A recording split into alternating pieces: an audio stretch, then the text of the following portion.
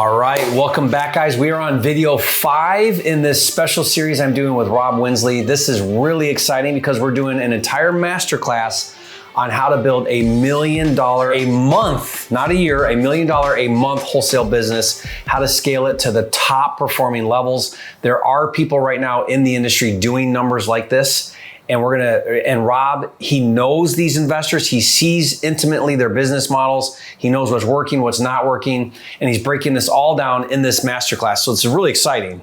Hope you guys are getting a ton of value out of this. We've created a playlist. Be sure to watch all the videos in this series. Try to go in order. You're gonna get the most value that way. Leave comments and let us know how much you appreciate this and what things you have questions about, what else you wanna learn about. But this video is very important because Rob, the top wholesalers, they simplify things. We've talked about that. And one of the things that is the fastest thing to simplify, or most important thing to simplify, is getting to your exit and entry numbers, understanding where you got to get in a deal, how quickly you need to get out, and at what price to get out. And what I'm starting to learn and what I'm starting to see with some of these top players, and you've shared this with me as well, is they're actually using very simplified formulas to get to their numbers. Yeah. And that's fascinating to see because the traditional model is ARV times 70% or whatever percent minus repairs minus wholesale fee equals buy.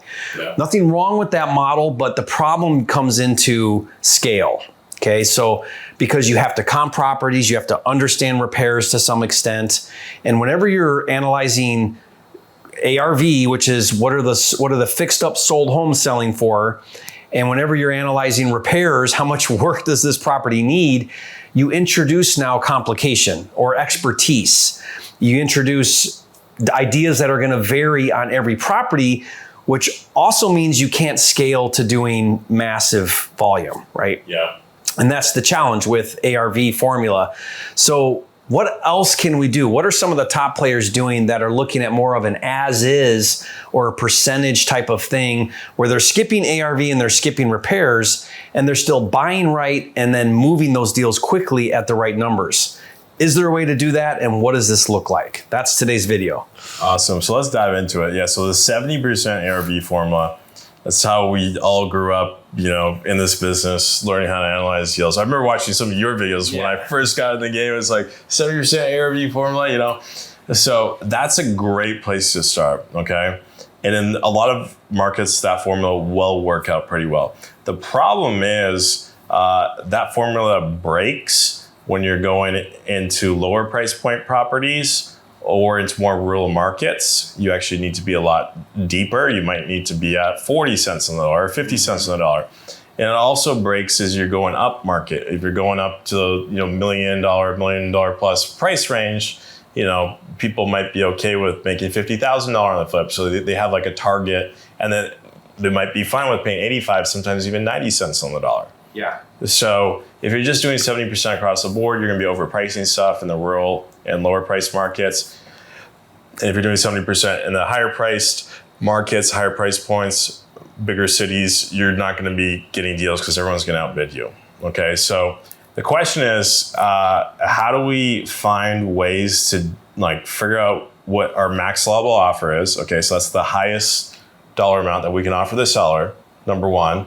And number two, what is our target ARV for this property? What is it going to be worth after it's fixed up? And a stupid simple trick that I like to do, you sent me a property the other day from one of your students. You said, hey, can you take a look at this and let me know what you think? It was it Philadelphia? Is that what it was? Pittsburgh. Yeah. Pittsburgh property. So the first thing I like to do is, so this was like a townhouse in this one neighborhood. And I'm like, okay, obviously there's going to be some flips around here. At InvestorLift, we actually have a tool where you literally put in the address and it shows you every flip that's happened around it. Super cool. So that makes it super cool. You can do this with Zillow. The way you would do it on Zillow is just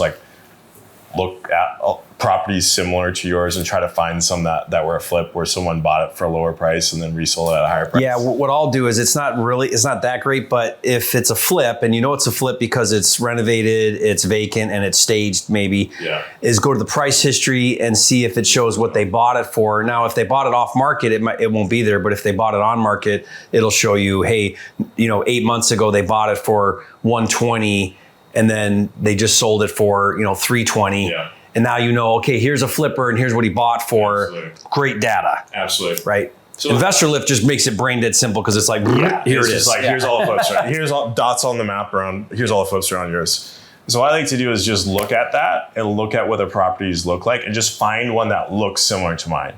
Okay. Mm-hmm. Like on the one we're looking at, it was a townhouse on certain 3.2 square footage. Yeah. It was really worn down, needed a lot of work. Yeah, probably big needed rehab. like 100K. 100 plus. 100 plus. Yeah. So what I did is I looked for other flips, within a mile or so radius that people had bought that were also townhouses, similar size, that have been completely redone. Because if you're doing a 100K flip on a place like that, like 2,000 square feet, maybe 1,700, it's full rehab. So I'm looking for those full rehabs. And then all I got to do is look at what did they buy them for? What did they sell them for? Okay, and I found 2 or 3 of those. And then you just kind of take an average of those prices and you're like, okay, that's kind of where I'm going to have my max level offer. Where if I can get this under contract at this price point, I know I'm going to be able to move it 100%. And I just subtract out my sign fee. Let's say I want to make 20 grand on it.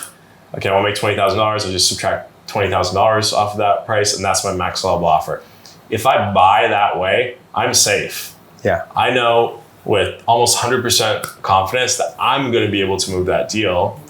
And none of the buyers are going to argue with my ARV because I have 3 other flips there that were bought at similar price points and are sold at price points near the ARV of what my property is going for. So I have complete safety now in my underwriting. Yeah, you've got really valuable data. So let me break down to make sure everyone's understanding this. I teach this strategy as well. It makes wholesaling so brain dead easy because there's actually no formula. Yeah. Really, there's no formula. Let everyone else do the math. Yeah. So again, guys, make sure you're following what Rob is saying here. Let's say we have a subject property. We're going to look for the cash buyers in the neighborhood, ideally in the neighborhood. Now you can go further out, but the further out you go, the less relevant now because different neighborhoods, different price points. Mm-hmm. So we're going to stay in the neighborhood. We're going to find the cash buyers. Not only are we going to find the cash buyers and just say, hey, are you interested? We're actually using this technique to decide on our buy. And what we're doing is we're saying, okay, well, let's say there are 5 cash buyers in the past 6 months that are within a block or 2. Or let's just say there's 50 within a mile, right? That's a normal number that I'm seeing on InvestorLift. 50 flips, 50 cash buyers within a mile of your property.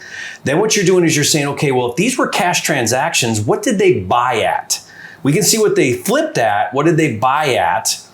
And if they're buying, let's say you average out all 50 and they're buying at, 175, and you can get a contract at 150, there's a level of certainty that you can dispo that at 175 because that's where they're actively buying right now today. No longer is your formula ARV times 70 minus repairs, it's all that's gone now, and you're just taking what are the buyers paying? I'm going to come in 20, 25 grand under and bring the deal to them at the prices they're currently paying. Mm-hmm. Absolutely. What a great way to make this super simple. You don't need to understand construction, rehab costs. Now there's some assumptions there, like you're assuming that rehabs are consistent and the next street over is selling for the same as this street. It's not perfect, but in general it works way better than anything else. It works because remember the whole objective is scale. Yeah. How can you scale a business if your acquisitions people are comping all day long and they're adding up like cost of kitchens and stuff like that, like they're doing all this math to do repairs and all. It's just you can get more accurate, like that's more accurate for sure, but we want to get to a place where you're like, boom, you got a number and it's here's my number, you're moving. That's the point. I'm going to give a pro level tip here too. If you're working in a market where the market prices have actually moved up, what you can actually do too is when you have those comps, keep in mind sellers, they're always wanting full market for their house. Yeah, and they're always behind the market too. The market. They see that their neighbor across the street sold their house for $500,000, so they want $500,000. Yep. And you explain to them that, that's after someone has taken their capital and their skill sets and their crews and put hundreds of thousands of dollars at risk and spent months and months of effort to go get the property into the condition where it can sell for $500,000. Yeah. Your house has stuff piled up 6 feet, and you're going to need $100,000 to go get your property in the condition. So your house is not worth that right now. Yeah. So then the question becomes, okay, what is it worth? Now, us as real estate investors, we know what the market is very efficient. We know exactly, we got all this data that will tell us exactly what these things would be priced at on the market as is. But sellers, they don't have exposure to that data. So one of the key things I love doing in my sales process is the market's been moving up. And let's say I want to buy this house, ARV's 500. I want to pick it up for like 350. And they're like, no way. This is actually a real scenario, a real deal I did. Because 350, 500 is such a delta, right? So I'll go into God mode. I'll find as is properties. Like the one I'm thinking of, I actually found the exact same model of the house. So very similar comp.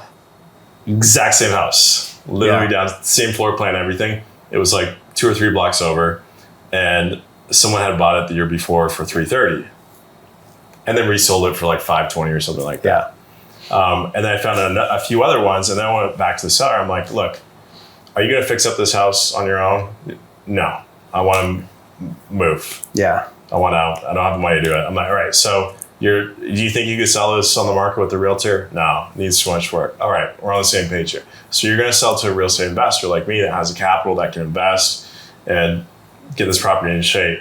Would you agree with that? He's like, yes. I'm like, all right, let me show you what the other guys are paying in your neighborhood. Mm-hmm. Here's a guy down the street, $320. Here's another one, $325. And here's the exact same model last year sold for $330. So my offer of $350, you can see, is much higher actually than all of what these other investors are paying in this neighborhood. Mm-hmm. And then all of a sudden, boom, light bulb. Now it's like, okay, I see it. It's a fair price. Let's do this deal. Because you're using actual data to help a seller see why you're coming to the numbers you're coming at. Exactly. Yeah. The market is efficient. Sometimes when people are not in the wholesaling space and we tell them that we buy stuff 70 cents on the dollar or less, they're like shocked by it. But I'm like, even at 70 cents on the dollar, there's actually not that big of a profit margin. Like we make less than realtors a lot of times. Yeah, that's really fascinating. So Rob, let me share with you a formula that I'm using right now on a certain aspect of my wholesaling business that seems to be working very well, that eliminates ARV and eliminates repairs. And what I'm doing is I'm taking the Zillow, or maybe I'll even do the Zillow and the Realtor.com and average the two, right? So you really don't need more than Zillow. You and I talked about this. Yeah. Zillow has gotten so accurate. I mean, they publish now their accuracy rates, and on their on-market data, and they publish by market. And I looked at it the other day, and it was consistently like 2 to 3%. Yeah. Now that's as is, guys, not ARV. ARV is a whole nother number. As is what Zillow is saying. This property is worth this today. Yeah. So and I read on this, Zillow's using like thousands of data points. They've gotten really smart at it. Really good. Now their off market, where they give a zestimate on an off market property, their margin of error is a little higher because they don't have as much data. Yeah, on market, they can't see inside the house. They can't see inside the house, and the information may not be updated. Yeah. So when something goes on market, the agents hopefully are getting the right bedrooms, right square footage. So they're off maybe 5 to 8% on off market. That's not very much. The point is those values are very close to what the market value is of that property. So what I'm doing, Rob, is I'm taking, the average of Zillow and Realtor.com. Realtor.com actually uses 3 different pricing structures, CoreLogic and 2 other ones. And then I'm averaging that. Now I've got my today's as is value. And then I'm taking in certain markets that maybe it's a lower price point or it's a little outside of a hot area. And I'm going 60% is my exit. 60% of that average, today's value number, that's my exit. Exit meaning that's where I want to dispo at. Subtract $20,000 as our minimum fee in our company that we want to make equals the buy, max buy price. Now that number can go up to 70 if I'm in like a hot market or like in a major metro. Even you've told me even up to 80. Yeah. 80% of the as is. I mean, so that's that. The exit number will adjust. Go up and down by the market. Subtract your fee equals your buy. That model has no ARV involved and has no repairs involved. Yeah. And it seems to be working fairly well. Yeah. Yeah. You just like, instead of trying to estimate your repairs, you just add an extra 10%. Yeah, it's built in. So when I say exit at 60, that means my cash buyer is buying it at 60% of today's value, meaning there's a 40% as is spread. He's going to do what he's going to do to it, ARV it. So it's built in. The model has built in the assumption that someone's going to do value add. Yeah. But you're bringing it at a big enough discount at 60% that it's going to move. And again, that 60% number is like 48-hour move. Yes. Now, I say if you're buying 60% current estimate value, like that stuff's going to fly. No, that's typically like 100, under 100 value. As soon as I go up though to 200, then it's more like 70 exit. Yeah. Right. And then if you're in a super hot market, you might be able to move it. Right now you can go 70, 75. Last year you could do 80, 82. Yeah, those days aren't here. Yeah.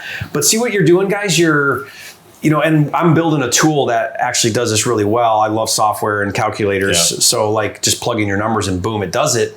If you guys want that for free, I can put a link below and just give you this calculator to use. But the point with this is, and why we're creating this, Rob, is because we're doing so much volume that it's just taking so much time for my acquisitions team to be trying to figure out numbers. You just told me you had 4,000 properties you got to analyze. That's a lot of deals. That's a lot. Yeah, now those are stuff we want to offer on, right? Yeah. But the point is, like, you got to do it. Rob's looking at this with me going, man, we got to build some filters in here and we got to get to a number very quickly.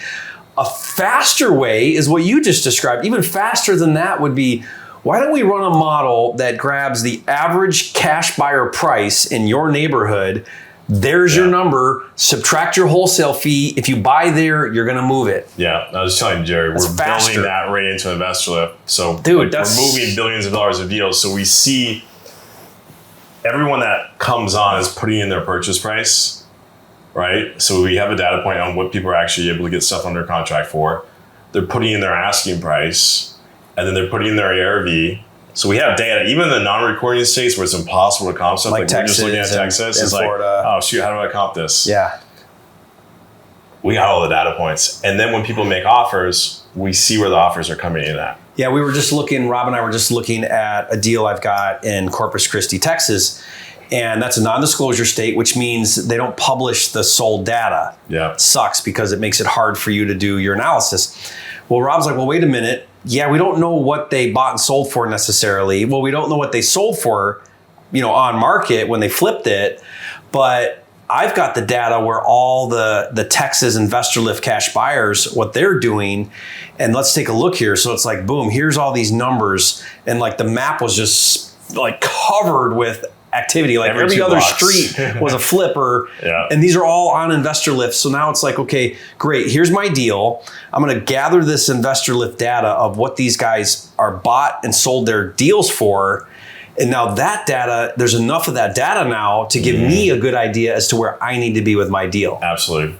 Now, the one thing, so we just went through a couple ways that you can analyze deals really quickly, really fast, and actually with surprising high accuracy. I find when people are building these like super complicated Excel models with all these assumptions, that's actually when you get the most wacky numbers a lot of times. So the ways we talked about today, just looking at what other people bought and sold for, things like that, 99% of the time, you're going to outperform the guys that do it the really complex way. Now, there is one additional factor, though, that will bite you in the butt. And that's if you're in a rapidly shifting market where the market's going up really fast, or if the market's going down really fast. Yeah. So I see people making this mistake right now. The market in some cities right now, some cities in America is still going up, but there's a lot of cities that they went way too high. Hockey sticked. They hockey sticked, and now they're hockey sticking back down. Yeah. So people will look at comps from 6 months ago, 9 months ago, and then try to push that out to their cash buyers. And these guys are hyper local. They might have 5 or 6 properties for sale at any given point of time, 5 or 6 more in their pipeline. They're looking for some more. So they have their pulse on the market. they know that, hey, the market dropped 15% in the last 6 months. So if you give them a comp from 6 months ago, ain't gonna fly. It ain't gonna fly. So what you gotta do is super, super simple. All you gotta do is type in the name of whatever city that deal is in, and then put plus Redfin Trends or plus Zillow Trends. Plus Redfin Trends. Yeah. Or plus Zillow Trends in Google. In Google. With your address. Just the name of the city. The city, yeah. They publish it at city level. And then you can go and Redfin and Zillow will give you a graph of any city, showing you what the average sale price was in that city. And they do it month over month. And they do it every month. So if I have a comp from 9 months ago, all I got to do is look at what the average price point was for that city 9 months ago, and then look at what it is today and divide the numbers by each other. And then I'll see the percentage that market's moved up or that market's moved down. And then all I got to do is take my after repair value that I already got by looking at what the guy sold it for, is multiply it. Let's say the market's gone down 12%, multiply by 1 minus 12%, 88%. And then that's my adjusted value. So I've been talking about this a lot on my channel, especially recently, because as of this recording, we've had a shift down in a lot of markets. Same information applies if it goes up. So this is relevant no matter what. But what it's doing is it's considering the market shifts into your adjusted numbers. So let me make sure I'm understanding this. Let's say that you looked at a city and you have a comp that was from 6 months ago, and you're like, man, 6 months ago, the market was different than it is today. When you do that research on that city, let's say that 6 months ago, from 6 months ago to today, there's been a downward shift of 12% in the value in that city. Yeah. So that's telling you, okay, that property sold at that number, but today we're 12% lower as a city. Bring it down 12. So I'm going to bring mine down. I'm going to do a 12% adjustment down on my number, whatever number I'm at now, based on that comp. Yeah. Right? Based on the data that I'm gathering. 100%. So what a great way to just simplify the adjustment process. Now, here's where it really gets sexy. Now we're going to talk about how to do God tier dispo. Here's how we do God tier dispo. So on acquisitions, we've found 3 or 4 of these comps that guys bought low and resold. Okay. And you can use Zillow to do that, or just pop into InvestorLift, God knows, you see it all on a map. You grab those, look at what they sold them for. And then what you do is you do the market adjustment. Yeah. And then you skip trace the guys. Those are your buyers. Yeah, your buyers. Yeah, those are your best buyers. They just did a deal right down the street. Yeah.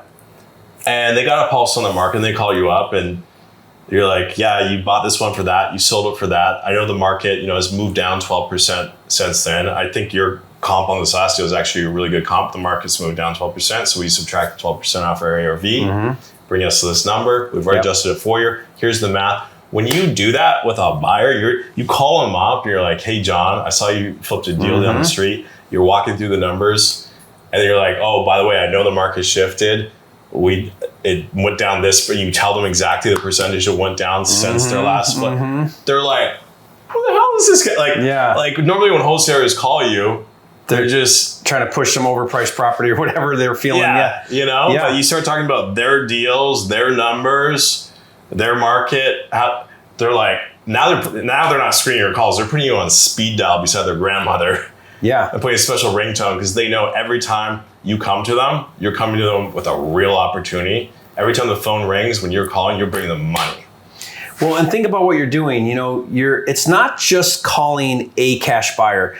You're calling a local active cash buyer in the same neighborhood as your deal. All flippers love to flip in repeat, neighborhoods. And you've done your homework so you know where they buy at.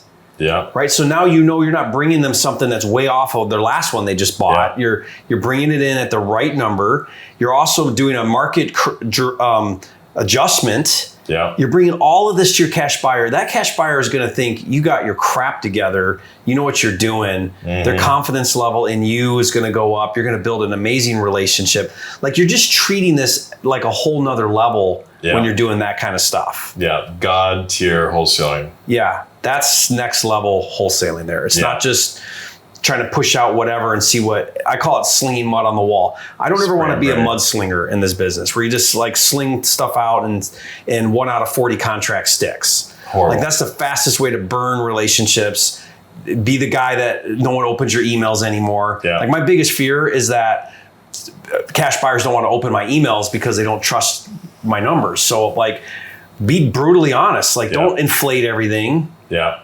You know, they're going to respect you more if you're honest about what the numbers are and the issues than you are to try to hide something or overinflate it. The point though, with kind of like thinking about your formula is if you can approach the business and you can say, how do I make this brain dead simple for my team? For everyone to get their head around where we need to be making offers, where we need to be at our dispo numbers. What can I do to make this easier, more simple, faster? That's the questions to be asking. That's going to allow you to scale. If you're not asking those questions all the time about all your processes, then you're not going to get there. You just can't. Yeah. It takes too much manual labor and work. And you know, the funniest thing is what we just walked through in this video is literally 50% easier than the way that everyone else does it. Oh my gosh, yeah. 50% easier. Yeah. Yeah, like that's the whole point though, is like, how do we constantly streamline and simplify?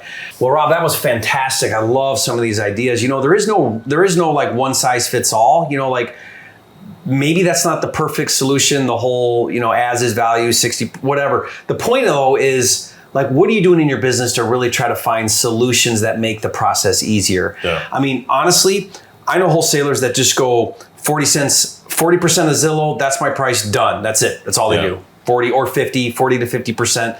No other analysis. If they can get a contract at that price, they're probably going to do fine wholesaling it. Like sometimes we tend to just way overcomplicate things.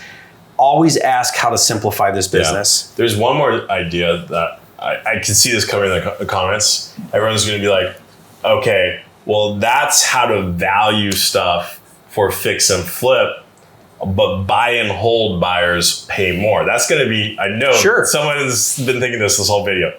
Okay.